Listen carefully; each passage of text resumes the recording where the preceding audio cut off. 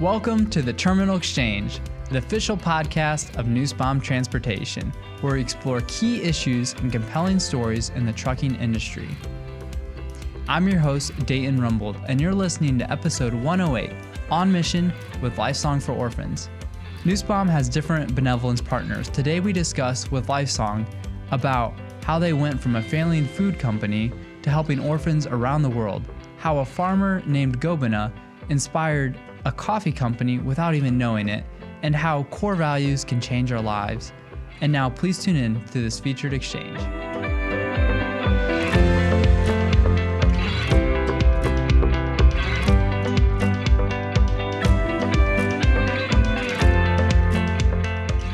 Welcome back to the Terminal Exchange, episode 108. I think I messed up the numbers before, and I want to make sure I get it right. I think it's 108. Daniel's giving me a thumbs up, so glad to know it. We got Kory in the house. Kory in the house. Yeah, what is up, Kory? Good to be here, everybody. Thanks for being here. It's pretty special that you would do this. Kory's representing Lifesong, right? Lifesong for Orphans. Yes. Yeah, so very special encounter today. Nussbaum supports different organizations as a company. At the end of the year, there'll be a time of giving each quarter, a time of giving from the company, from our profits. And Lifesong is one of the people that we support. So really excited to get to learn about what is Lifesong, what is the mission, and then a little personally, how did you get involved in Lifesong? So to start, could you fill us in a little bit about who you are? Have you always grown up in Bloomington Normal? Are you, what are your passions, hobbies? So if you could give us a little bit about who you are, Kory. Yeah, well, thanks for having me. Yeah. And thanks, first of all, for all the support Nussbaum gives to Lifesong and individual employees. It's been a great partnership, and we're very grateful for that. So hopefully what I share today is encouraging and meaningful to the partnership. So I grew up in a small town nearby, Roanoke, Illinois. Several of the employees probably are familiar with Roanoke. Yep. Daniel's waving his hand. Yeah, Daniel's hometown guy. Yeah. Went to Chicago, actually started at ICC, ended up in Chicago for physical therapy. Okay. And treated up there for a couple years, moved back here to Central Illinois, and have lived in Bloomington Normal ever since. Got married when I was in Chicago, and we have 6 kids, youngest 2 through adoption. I can share a little bit more about that in a bit. But yeah, it's been a good journey, and I have been connected with Lifesong really from the beginning. Tell a little bit about how that started. But really have only been on staff for the last 12 years. Lifesong's been around for about 22 years. So watched it grow, and then felt God calling to get involved. So 12 years. Yeah, that's a good amount of time. And for some reason, I always thought that you always worked for Lifesong. So you went from a physical therapist to working for like a nonprofit for orphans. So how'd that kind of happen? Yeah, so I've always had a heart for kids when I was praying about what to do with my career. Loved the medical field, got involved in physical therapy, and treated kids with special needs for several years. Worked for a local nonprofit, Easter Seals, here in Bloomington and Peoria. Went back, got my MBA early on, and then over time started shifting a little bit more from clinical to administration. And then, like I said, just watched Lifesong as it started as a private foundation and got more involved in orphan care, and always thought my career path would be with therapy and clinical services, and then through a series of events ended up feeling called to make the move, and have never looked back. Love it. Yeah, really cool. It's a cool story to hear that switch. Sometimes we end up doing stuff we don't expect us in our lives to do. Yeah, that's the way God kind of works. Is the path is usually not very straight and linear. The unexpected it definitely takes turns. But you're still fulfilling that physical therapist calling a little bit, with your kids and some of your hobbies. Yep. You like to run. Yeah, for sure. Is that right? Yeah, and PT has come back at different times to be valuable, even with Lifesong. We've had kids overseas that we work with that have special needs. I've taken a couple wheelchairs, adapted wheelchairs over to Ethiopia when we've gone, and had kids in the field that have had various needs that have been able to speak into a little bit. So still get to use it. That's really cool. God has a purpose in everything we do, right? You did all that school and you did the masters, and it's like, and you switch careers, like, am I going to use that? And you still were able to use that. Yeah. So Still comes in handy. Yeah.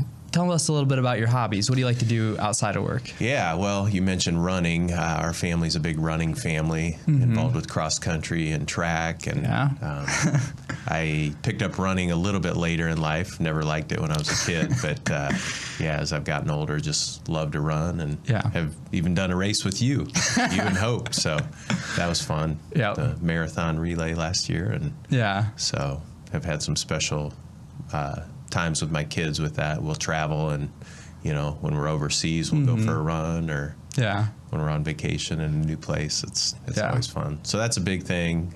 We love watching movies together. Spend a lot of time with the family. Very involved with church, Sunday school, teaching our high school Bible class and mission trips with them. And so keeps the schedule full. It does. And so that's a little bit of how I got connected with Kory. I first met him through church, and I saw he had like a running watch on. I was like, "Oh, you like to run?" And he's like, "Yeah, I like to run." And then later I did a race with Kory. It was a relay race, in Champaign. So passed the baton on, and so that's a little bit how I got to meet him. And then we had the opportunity to reach out to Lifesong, and threw it out there to anyone in Lifesong that would want to step up to do it, and Kory's doing it, so here I am. It's kind of fun that you get that personal side and also on the business side. So it's just really special. Well, and coming into Nussbaum, there's so many good friends here, right? Shout out to Chris and Rick, Drew, and all the fellas there. He was giving you a hard time about going to the gym, and he was calling you slow, and so that's cool. Looking at some of these other questions. If you could have an ideal Saturday, what would you do? Oh, man. Ideal Saturday. I love to sleep in, so that's a good Saturday. I love cross country and fall football season, and so a lot of our fall Saturdays we'll get up and head out to the course, watch my boys run. They had such a fun team this year over at U High. And we're big Michigan football fans. I'm hearing a few boos out there as I say that. So we had a fun year this past fall when they ran the table and won the national championship. So that made for a fun Saturday. Most Saturdays. A lot of times we'll have some family activity going on. Maybe go out with friends that evening. So staying active. And I heard about this race that you're doing. You're going to do a big race coming up? I had a chance. I know you're a marathoner multiple times, and I had a chance to run it with my daughter, run Chicago Marathon a couple of years ago. And, it was a grind, but it was such a fun experience. We loved doing it together, and my boys, I got twins that are graduating this year, and have been thinking about wanting to do it with them. So we finally pulled the trigger and signed up, and running it in October. So, again. Chicago's a big race. It is. It's huge. I think they have close to 40,000 that run it. It's insane. And over, I want to say, about 1.7 million spectators. Is it really? So a lot of encouragement along the way. That's awesome. I think they say you go through about 29 different neighborhoods up there, so a lot of different ethnicities passing through. And very cool to see Chicago from that way. You could wear it's awesome. Some T-shirt sponsor the whole way in front of 1.7 million. There you go. Wear my Nussbaum trucking shirt. That's a way to do it. It's cool to hear about your Saturdays. Serious question. Do you drink Gobena by the gallon? Oh yeah. We love Gobina coffee. Okay. Do you guys serve Gobina here? We do. All we right, got Gobina, good, so good. should have got you a cup before we Yeah. came in here. What was I thinking? Yeah, I always start my morning with a pot at home and Okay. fill up my mug and head on in, and then with it being roasted right there Yeah. in the building next door, we always have fresh Gobina brewed at the office, and Yeah. so It's always going. A lot of us are addicts there. Really? Yeah. It's pretty bad. Yeah. A couple cups a day. Oh, at least. Yeah. That's cool. I think we'll get into it. How is Lifesong connected with Gobina? And that's part of the story too, Yeah. of how everything works. Yeah. But Yeah, so maybe I'll start by just saying how Lifesong grew and Yeah. evolved, and that could lead into the Gobina partnership. that'd be great. Years ago, local businessman Gary Ringer out of Gridley, Illinois, he was in the feed business, pig feed, with his father, and he got excited about the food business side of things and wanted to grow a food company. Yeah. They started dabbling, and he started stressing out a little bit. They weren't making money, and realizing that as they're making food for human consumption, there could be some higher risk than producing feed for animals. And so Yeah. he started going through a bit of a depression. He's a man of faith, and so Yeah. ramped up his prayer life and really felt like God was calling him to shift his paradigm. At the time, he told his wife, hey, we're going to get rich, retire young, live the American dream. Right. It's a very successful company. Yeah, well, it wasn't at the time. Oh, really? And so he was struggling, and he realized God maybe was calling him to something different. Yeah. So he and his dad wrote out a covenant that if the company ever succeeded and they sold it, they would use the proceeds for kingdom purposes. Didn't know what that meant at the time, and the company wasn't succeeding. Fast forward probably at least 10 years later, in early 2000s, he ended up getting some interest from an international food company. Okay. Ringer Foods had grown quite Yeah. a bit at that time, and they ended up selling to a company, Kory Foods. And for those who know Gridley, they were on the west side of town. There was a vacant large warehouse on the east side of town Yeah. that they ended up buying at a fraction of the original asking price. Wow. And they plowed some of the proceeds back into that to expand business again, Yeah. and then started a private foundation. The foundation was called TMG, the Manna Group Foundation. Okay. And originally they were praying about what would God have us do, with these proceeds. And Gary and Marla Ringer had known of a couple families locally that were in the adoption process, and found out that they were going to have quite a bit of debt because of the cost of adoption, and Yeah. just didn't want that for those families. Yeah. Felt like no family should be limited from bringing a child home based on funding. So they started providing some resources from the foundation, and a good friend of mine, Andy Lehman, that several would know here, got involved with TMG Foundation early on, and they developed this model to give matching grants to adoptive families, that then their friends and family, their local church, could support them as well. So they might give a $3,000 matching grant. Family raises another $6,000, $8,000, $10,000, and now they have some significant funds to go towards their adoption. Yeah.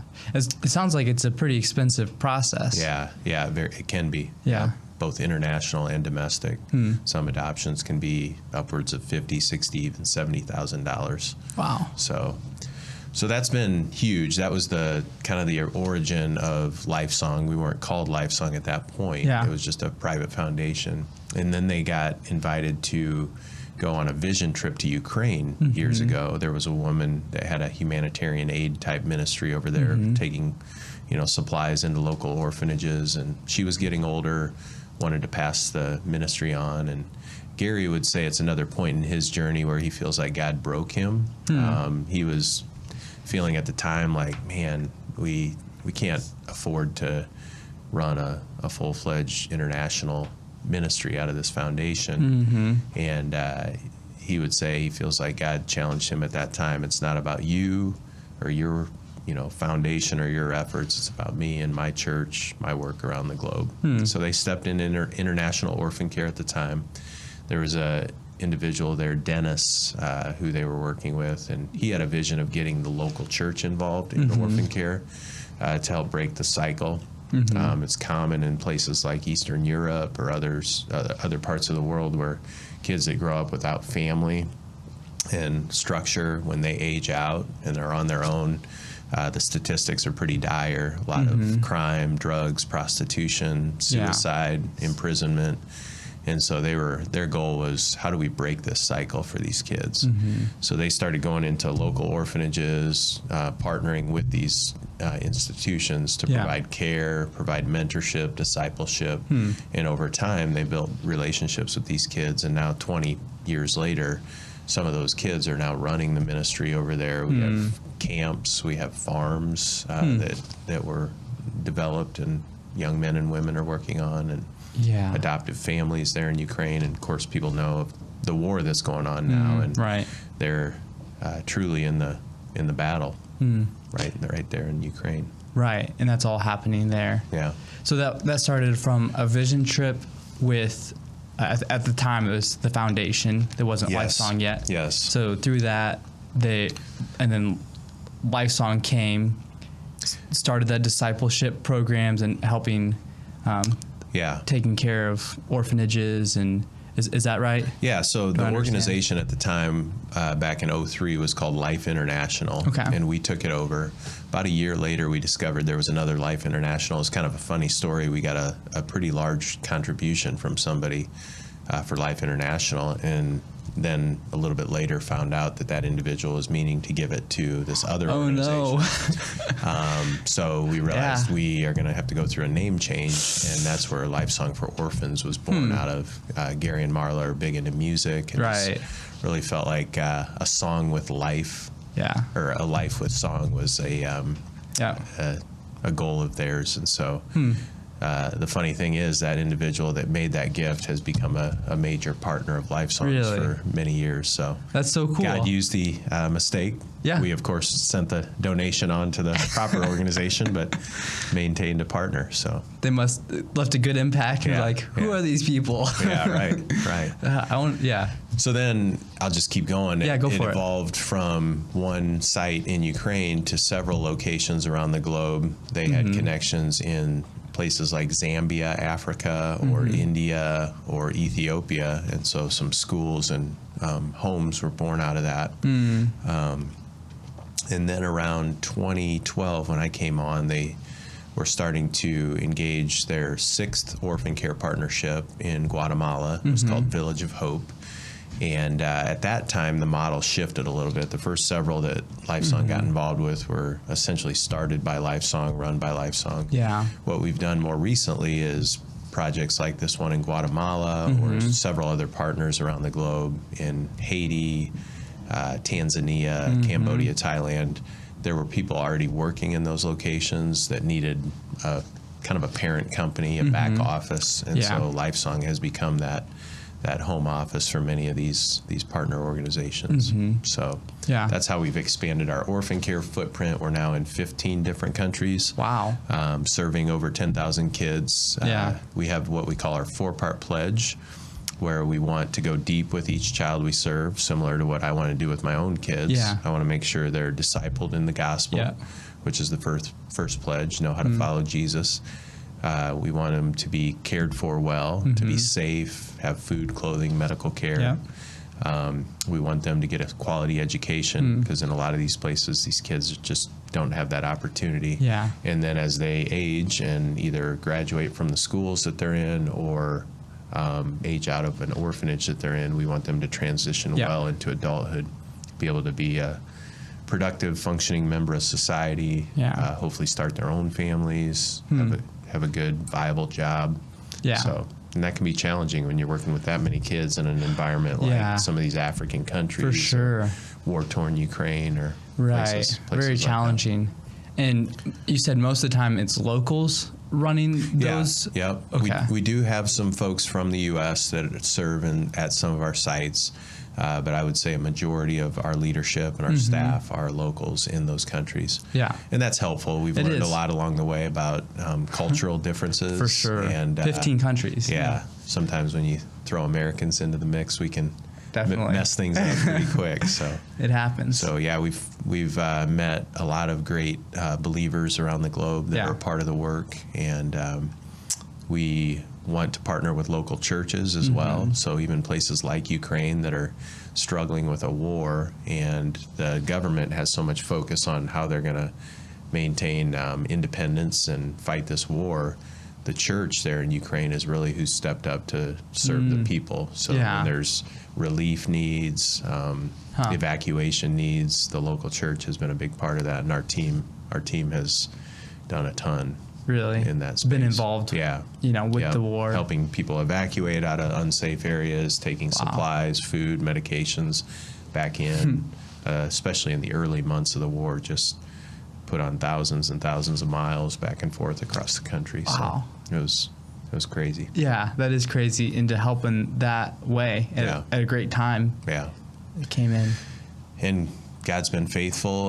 We have not lost any employees or kids in the war. Yeah, that's great. We know of some graduates that were in the military that were killed in action, but fortunately our team has stayed safe. And it's even led to expansion. We had several that were in Poland that had fled, get out of the country, and so now we actually have a pretty substantial orphan care ministry footprint in Poland because of what's happened with the refugees leaving. Yeah. Huh. Yeah. Yeah, and it's how something bad was turned into something good. Trying to redeem it, right? Yeah, to be able to reach other people now in Poland. Yeah. That's great. I think I was thinking about this topic. The thing that stood out to me was I had my father-in-law on Saturday come install a light at my house, because that's electrical. It's hard. Didn't want to shock myself. He did that. He came right away. He didn't hesitate at all. I was thinking on this idea that we all need a support group. Oh, big time. We need a support system when things go wrong.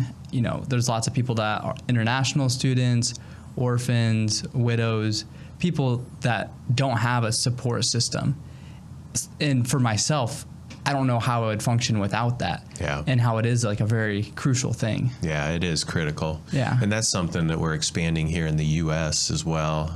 We've worked with thousands of adoptive families. So I talked about early on, Lifesong's primary focus was providing funding for Christian families who are in the process of adopting. We expanded that through church partnerships. We offer what's called an adoption fund, where a church can set up a fund with Lifesong, and their members can apply for adoption funding. So we do all that administrative side of things. Yeah. But what we realized several years in was a lot of these families are bringing kids home, and these kids are coming out of hard, broken situations. Yeah. And so there's often a lot of struggle afterwards. And so we're doing more with post-adoptive care, counseling, other resources to families who need it. And more recently, we started a program called My Life, My Gift, and that was born out of trying to come alongside people who are in difficult situations here in the U.S., unexpected pregnancies. And so we have a website, My Life, My Gift, where people can go and find resources to help just understand the options that are out there. Right. Because a lot of times if a woman finds herself in an unexpected pregnancy, she really only sees one option out. And often adoption is not considered because it's just either not a known option or just no path to it. And so we're trying to come alongside and love these women, love these families that are in situations that feel desperate, and try to provide some additional hope and support. Yeah, bringing that support for people that don't have that support system, and providing options, telling here's ways you can go, and then financially being able to help there. Yeah, that's pretty cool.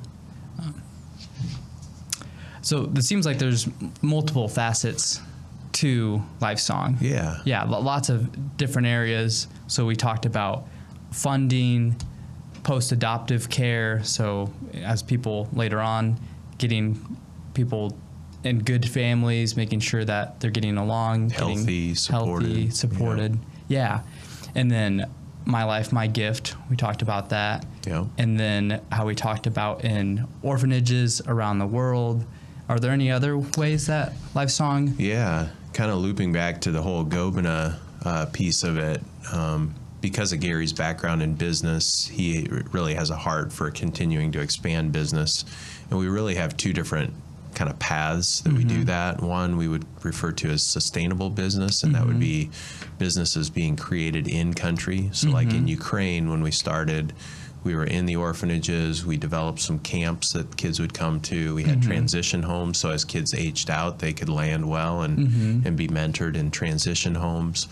But we also developed some farms over there. We had a partner out of California, Plant Sciences, who is a leader in berries, different berry varieties around the world. Yeah. And so they helped us start a strawberry farm over in Ukraine, and that's expanded into blueberries, raspberries.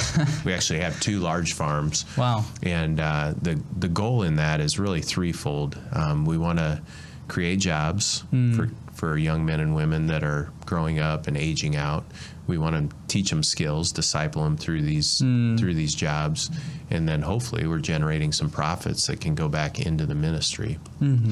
Like anybody knows in business, that takes time, but over the last several years, the farms have really grown and expanded, and we've been able to accomplish all 3 of those goals. We have literally hundreds of our graduates working on these farms. Wow. Some of them are leading them as agronomists or as quality assurance or marketing or accounting, folks on the team.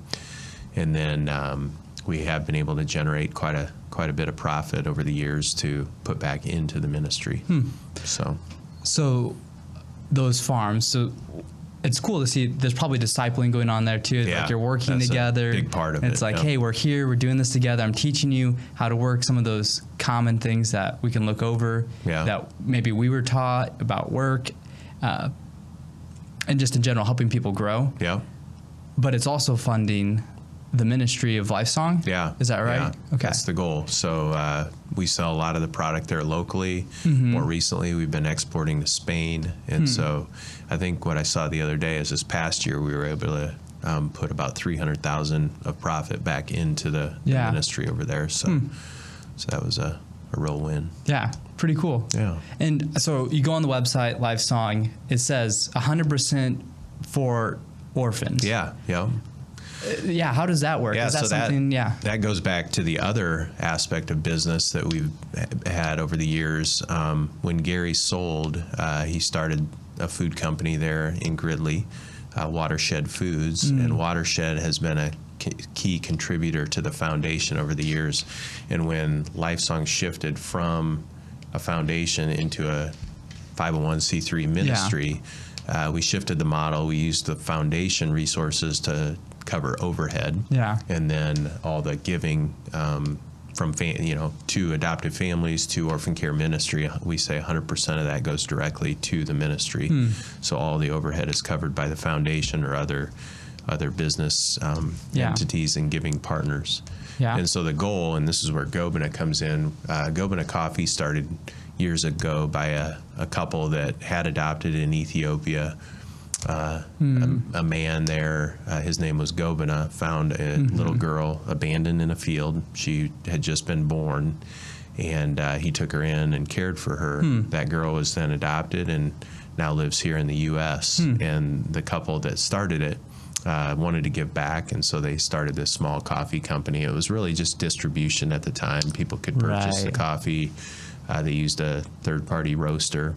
And then as that started to grow, we brought it in-house and started Gobina over there in Gridley. So we got 2 roasters roasting fresh coffee sourced all over the world. And all the proceeds go to support either adoptive families if they're using it as a fundraiser, or any extra goes to help with that 100% pledge, covering overhead. So wow, ministry can grow. So there's actually a person named Gobina. Yes. That's a name. That's where it came from. No way. He was a farmer, just a small farmer there in Ethiopia, found a little girl that had been abandoned at birth and saved her life. And now she's been adopted here into the U.S. and Yeah. he's got a coffee company named after him, and he doesn't even know it. Does he not know it? I don't know. We got to find Gobina. Yeah. Mission. I'm heading back over there in March, so maybe we'll look him up and show him. Mission find Gobina. Give him the coffee. Yeah. Maybe he doesn't like coffee. I don't know. Ethiopians love coffee. Really? Yeah. It makes sense. Big part of their culture. It's known for coffee. Yeah. Yeah. Yeah. So when we go over, they'll do these coffee ceremonies where they'll like roast the green, fresh beans over an open flame. And no way. Then they'll crush them up and they'll brew their coffee right there. And it's like can be a couple hour process. So it's like a tradition. You better not be in a hurry if you're going to Ethiopia. You want a cup of coffee? Yeah. It's not a Keurig. It's not no Starbucks. Yeah. To wait a couple hours. And yeah. But really it's pretty cool. sweet. You go to these places and get to experience their culture and their rhythm of life, and reminds us how fast paced we can be sometimes. Our culture compared to other cultures. Yeah, often. Yeah, that's definitely something that I've seen in myself. Just this busyness, trying to get things done and forgetting why I'm here or what I'm doing. So you can learn a lot from that. Yeah, it's really cool. So we talked about how Lifesong started, talked about how the business entities pay for Lifesong, talked about a little bit of the mission. Is there a mission statement for Lifesong? Yep. Yeah, it was very simple right out of the gate, but something I really love, and it's just to bring joy and purpose to orphans. We all want joy in our life. We all want to have purpose. And when you see what some of these kids are growing up in, it feels pretty dire and hopeless. And so that's one of my favorite parts of when I travel to go and see these kids being kids, and some of them lose their childhood or at a young age through abuse and other things that they experience in life. And so to see that joy and that purpose come out is really special. Yeah, and that's something that we can give to other people, give other people encouragement, and just how at times life can seem purposeless. Yeah. There's times that it seems pretty dark. Yeah. And that's a great gift to give to people. And we always challenge ourselves too. We feel like we are very limited in being able to give that without Christ, right? Without our faith and without the love of Jesus. And so that's a big part of what we do. We want to partner with local churches. We want those kids to understand whose image they're made in, and why they can have purpose even when they've gone through such difficult times and hard times. Yeah, supporting those, like you mentioned, safety, growing up in a good home, that physical part, but that also spiritual part that we all need. We have a longing to be satisfied, to be secured, to feel like we have a purpose. Yeah. And in my worldview, I wouldn't have a purpose without God. Yeah. Without Him breathing life into me, saying to live for Him, to live for other people. Yeah. That He is the one that's given us a purpose. So that's good news to know that Jesus, He died for us and Amen. Rose again. Yeah. And it's so cool to see in action. We were in Warsaw, Poland, and then visited a pretty large orphanage last fall. It was a group of about 5 different orphanages that had come up from Odessa, Ukraine, out of the war. And I mean, hundreds of kids at this place, and really pretty hopeless. Our team was there. They were working with the kids, having a lot of fun, activities, singing. And we met a group of young men and women. Some of them were probably 9, 10 years old, others early teens, probably about 20 of them. And they were all kids that were believers following Jesus. And some of them really ridiculed there in that environment for their faith, and yet, holding true to what they believe. And so that's something I think several of them were recently baptized over there. And wow. So when you see that and you see, what they have to go through to come to that point, it's really a joy and a celebration for us. Right. Yeah. Being able to come to faith in that heart of circumstance. Yeah.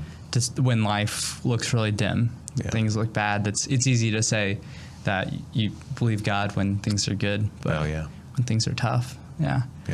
Question I'm curious about is, with your job, we never mentioned this. What is your role at Lifesong?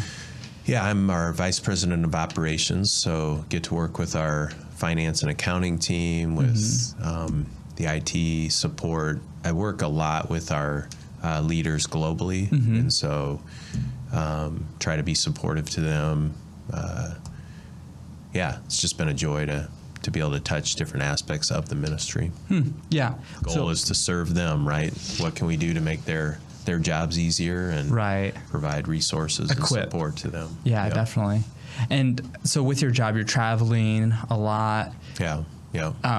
Do you have any favorite memories of a place you went, or something that comes to mind when you've encountered a different place, a different facet of Lifesong that's really spoken to you? Yeah, I mean, every place is awesome to go to. They're all very unique. And like I said, to see some of these kids being kids in these environments is really sweet. I do remember the first time I went, I actually wasn't even on staff with Lifesong. I went to Ukraine years ago with an early VBS team. And I remember getting there and seeing all these kids, and there was almost a visible wall. Right. They all had their protective walls up, and who are these Americans here? And that wall would come down over the course of a day, and we'd come back the next day, and it felt like it was right back up. And so by the end of the week, you really felt like you broke through relationally. But I remember thinking at the time, like, what are we really doing here? Right. We're going to come for a week, try to be an encouragement, and then leave. Exactly. And I remember seeing the Ukrainian team there, and just really being prayerful, like, God, make a ripple here. We pray that this would go on for a long time, whether we're here or not. And sure enough, 20 years later, a lot of those kids are now in the battle, a literal war. For sure. Going in, helping people. And so, that was an answered prayer. And I always think back to those days, looking up on the hill and seeing these young men and women that had gone through way more than I've ever experienced in life. And and God has blessed that. So that's a good memory. Yeah, that is cool. Thinking that physical place, and then thinking how it's impacted and rippled out now, and who knows where it'll ripple out in the future. Beyond what we'll ask or imagine. Right. More than we'll ever know. What about, it's like places, is there a place that scenery-wise you really enjoyed going to? Yeah, I mean, Africa is pretty amazing, right? We've been to Zambia before. Just the sky, the sunsets are just beautiful, and you get to see some pretty incredible places. Victoria Falls, we've been to on a little excursion, and that's cool. But again, each place, like a lot of people would say, Central Illinois is pretty bland, right? But I love the fields in the summer and the harvest in the fall. And so some days can be rough. This morning we had a pretty nice sunrise. It was not bad after a long week of fog and cold. So. The sun will come again. It's been a really rough time, I feel like, with the weather here. So I'm really thankful for that this morning. Looking at your life personally with Lifesong, how has that impacted you? Yeah, it's been tremendous. Like I said early on, when I was in the medical field treating, had a heart for kids, loved working with families. And so I had read a book probably back in 2009. It was called The Hole in Our Gospel. And it really challenged my paradigm on poverty and need around the world. And that's, I think, what started to kind of turn my eyes towards what was happening at Lifesong. My wife and I were in an adoption process at the time. We adopted that next year in 2010, and then actually felt called to do it again, and went back to China. Both of our kids are from China in 2013. And between adoption and just the experiences that I've had at Lifesong, meeting incredible people, whether it's here in the U.S., our partners, our church partners, or those around the globe, different nationalities and cultures. It's just really opened my eyes to God's family and what He's doing around the world. I'm forever grateful for the opportunity. I'm humbled to be a part of it, and just so thankful for people like the Nussbaum team that have come alongside and made it possible as well through generosity and support. It's pretty cool. Yeah, it becomes pretty personal when it's like for your home. You adopted 2 children, so and a lot of people in church have gone through adoption and have fostered, and it's definitely a part of our family culture. And would love to get my kids international with me. Several have gone at times and been exposed, and it's been good for them as well. Yeah, I was talking to them, and they said that we'll go on a trip. Like there's a rotation for who's going on a trip with you next. Haven't done it enough actually, but hopefully we can continue to when it works continue to expose them. So it can be a difficult thing at times, but it seems like you can bring them along on the right occasion, and that's a pretty fun thing to do. So that's awesome. Help them realize their world is a lot bigger than what they experience right here in Bloomington Normal. That's a great thing to offer, to be able to see that perspective. And that's awesome. Looking at, I think we covered the meat of the subject today. Yeah. Is there anything else about you and Lifesong working together in your story that you feel like we didn't touch on? Yeah, I think we've covered most of it.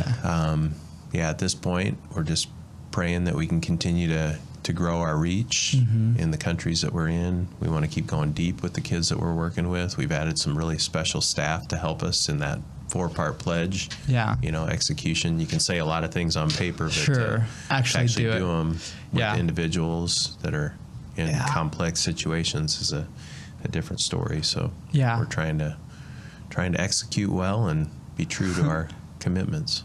And that's something I thought of too. As Lifesong as a company, it's a nonprofit. And how do you run a nonprofit, but you're still wanting, you're like a company, you're a business? Do you ever feel that tension there? It's like we're a business, but definitely is, because you need money and resources to run any company, right? And thankfully God's been very gracious in that, a lot of generosity, but you also want to do it with excellence, right? One of our core values is steward faithfully, and so when people are giving money, giving time, we want to make sure that we're doing that well. Love God's people, serve humbly, steward faithfully is our 3 core values, and when people are entrusting those resources, then we want to make sure we're doing it well as well. So, and because of the background in business, I think my experience with Lifesong has been there's a lot of people there that are conscious of that, right? Spending money well, working towards good outcomes, and yet on the other side of it, we know that we're only planting and watering, that God's going to be given the increase. So we got to be careful not to try and take any of the credit, because we're not the ones making it happen. We're just the stewards. So true. And I love that quote, steward faithfully, that core value, steward faithfully. That's something that we've been talking about here, is we are stewards. We call each person at Nussbaum an employee owner, because being an ESOP, but the idea behind that is stewardship, using the things I have been given well, and I like that. That's cool. It's a core value. It's great. It's important to us. Ending with a call to action as we wrap up the subject. How does this impact me? And I'm seeing the heart behind it, and I'm seeing some ways that I can help out. Go in a coffee or Lifesong directly. What does it look like for me to participate in this? One thing we say is the way we approach ministry is to mobilize the church. We know that some are called to give, some are called to go, some are called to pray, and so many of us can do those things, right? Not all of us will go to Africa or Ukraine or international, and not all of us will adopt. Some may be called to do that. Some may be called to step in the gap in foster care, but we can all be praying and become more aware of those needs out there and advocating. There might be, somebody in our own neighborhood that has a need, right? We were talking about needing support and community, and sometimes situations like this happen because families break down and they just didn't have anybody around them. So becoming more aware of those around us and what their needs might be is big. It's easy to look at the problems out there in the world. Yeah. It's like, it's around. It's like, and it's right here too. Right. Understanding that when I look at the person next to me, they need encouragement and a support system, just like every single person in the world needs that. Right. And there might be an adoptive foster family in your neighborhood, in your church. It's worth just asking, how are you doing? Yeah. Anything I can help with? Yeah. So call to action, prayer, giving, and going. Okay. Yeah. Great. Yeah. Yeah. Any other ways I can help out? Yeah. Well, you mentioned Gobina Coffee, and the way we're set up there is anything that's purchased, like we said before, goes to contribute to Orphans, and companies can use Gobina as a fundraiser. So adoptive families will use it to raise support for their adoption. And that's just another simple, practical way to get involved. Yeah. And it's good coffee. Yeah. It is good coffee. We brew it here, different flavors, different nodes. Yeah. So it's good stuff. Yeah. All right, now on to the fun part of the episode, a little bit of lightheartedness. We have hot takes. All right. You ready to get these hot takes on? Yeah, let's do it. Okay. Let's do it. Yeah, so I'm going to give you some statements here. At the end of every episode, we like to go through hot takes, something that's a little controversial. Okay. And you'll either agree or disagree with it. Okay. All right? Yeah. So I'm going to go through these lists, and you'll let me know what you think about it. So the first one we got up, cereal is a soup. What do you think, Kory? Boy, I would have to say no. I'd have to say no. Yeah, you seem pretty staunch on that. Yeah, I love cereal. I loved it more when I was a kid, and now I love soup now. But I think if I was offered soup, I'd go with clam chowder, not Captain Crunch. Yeah. So, I mean, technically, if you look at the wording, it's like the milk could be a broth. Right. And the cereal could be the... Yeah, you could stretch it. A vegetable cereal. Yeah. Yeah. All right, I'll give you that. Pluto is a planet. I think historically it would have been yes, but I think science now says Pluto's a moon. Yeah. Is that right? I think they do say that. Honestly, I didn't look it up before this, so I think this one might be a fact that this is incorrect. But it's a hot take. Yeah.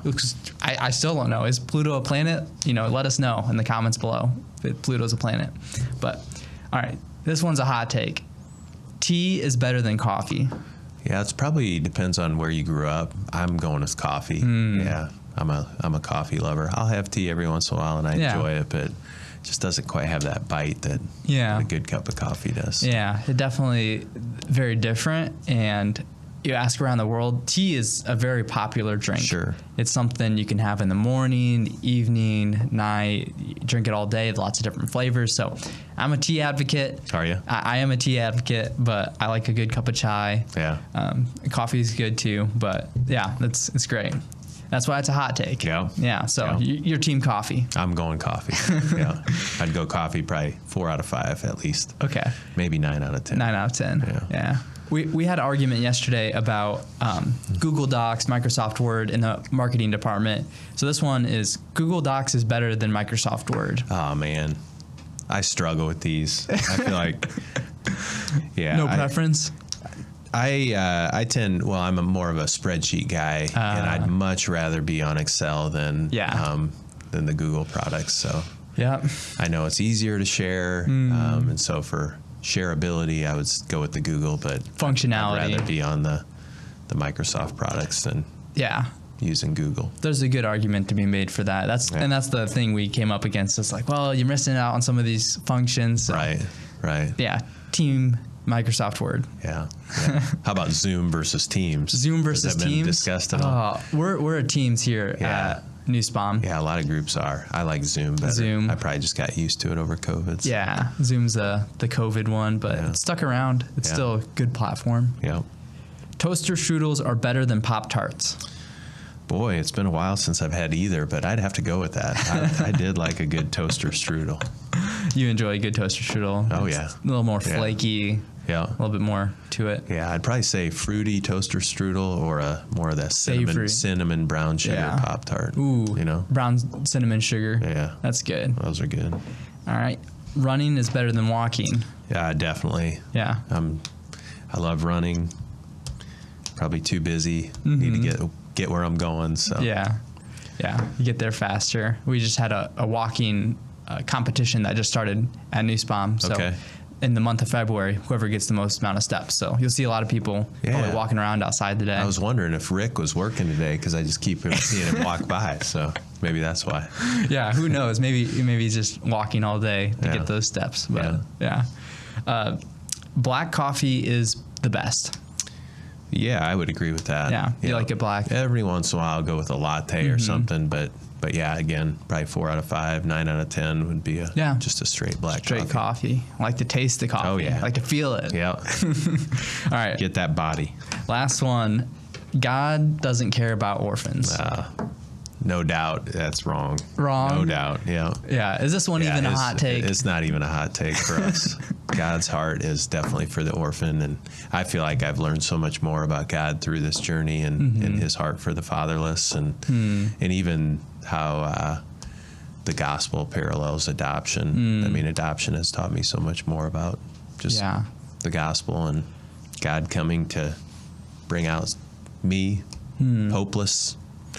No resources, no way to save myself, and chose me, brought me into His family, and that's what adoption is. It's a great thing to think it's about. Powerful. What is that verse about God caring for the fatherless? Yeah, James 1:27. Pure religion is caring for orphans and widows. Several verses in the scripture about God's heart for the fatherless. So yeah. Really cool. Yeah. Ephesians 1:5, He chose to adopt us. It was His great pleasure. So yeah, that's cool. Nothing we could do. Ephesians 1:5. Yeah, great. Yeah, it's one of my favorites. Ephesians chapter 1, I think verse 5 is where it refers to His choosing of us. But that whole chapter is powerful. Caring for us, giving us identity. Yeah.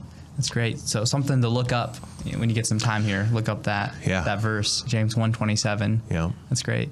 So thanks again. Thank you for being here. Thank you for sharing all about Lifesong. Yeah, it's our pleasure. I feel like I learned a little bit about you too. So how you went from physical therapy to working at Lifesong. And we're all on a journey. Thankful for God bringing us along, and thankful for Nussbaum and everybody here and their partnership with what we're doing. So. Yeah, absolutely. And we talked about this because benevolence is one of our core values, and that's something, we're a for-profit company, but that is one of our core values is benevolence. And so this is important to us. And so I think it makes life richer, right? Yeah. When you're focused on others, you're serving, you're giving. And so certainly in our office, we're not too far away. So come across the field and come visit sometime. Yeah. We'll send a truck over. Fresh cup of coffee. Yeah. That's great. Yeah. You know where to find it. It's Gridley. So west side of Gridley. There's that. Cool. Well, thanks again, Kory. Thank you for tuning in for listeners on today's episode. And until next time, stay purpose-driven and own it every moment. Hi, this is Lisa from Recruiting at Nussbaum, and I'd love to answer any questions you have about driving with us. Give us a call at 309-268-1199 or visit nussbaumjobs.com. Talk to you soon. You've been listening to Terminal Exchange, the official podcast of Nussbaum Transportation. If you're enjoying our content, please leave us a review. Your reviews help us spread the word about these important topics and invite more people into conversation. You can rate and review us on your podcast app or visit us online at terminalexchange.org. New episodes arrive every other Tuesday, so be sure to subscribe wherever you get your podcasts. You can also follow Nussbaum on your favorite social media platforms and be the first to know when new episodes are released. Thanks for listening. Until next time, own every moment and stay purpose-driven.